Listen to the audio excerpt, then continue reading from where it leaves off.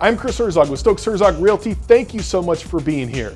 The other day I was talking to a real estate investor. He's looking to move some money into multifamily housing after selling some properties in the state of Minnesota. He asked me if it was my money, what would I do with it to maximize returns?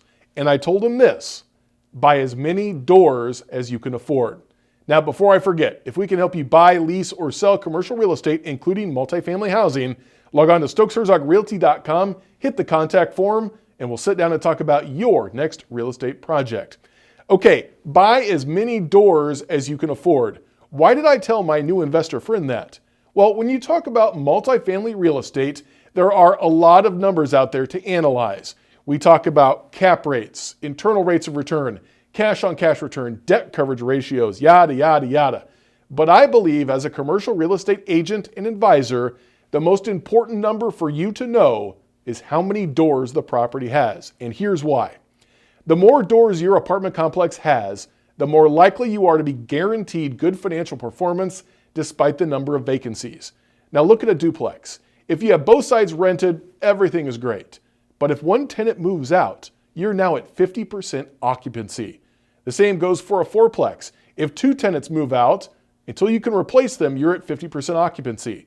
And that may not be enough to cover the debt, which is why in the last downturn back in 2008, 2009, so many 2s, 4s, and 8s went back to the bank or were sold at auction. Because when people moved out to consolidate with family members when they lost their job, the small investors couldn't fill the units or had to reduce the rents to fill them, which created the exact same problem. It just took a little longer to bleed out.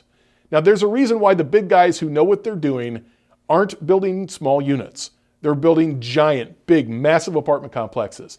In fact, I'm friends with a gentleman who manages apartment complex construction in Florida. The smallest units he's working on are a minimum of 500 units. Why? Because those massive projects have cover. They can operate at something like 80% occupancy and still cash flow. That's what banks love to see. These large investor groups have more vacancies than most landlords have total units. So for investment purposes, I would recommend, if at all possible, do not buy multifamily housing with less than 16 units, and the bigger the better on the other side. Yes, it will take more money in the form of down payments, but the ability to generate better cash flow over time is the name of the game. And have no doubts, with the housing crisis we're about to see in 2020 and 2021, we're solidifying the U.S. as a nation of renters. People may have to make cuts to their budget and start getting rid of luxuries, but they'll always need a clean and safe place to live. And the internet will never be able to displace or destroy multifamily housing.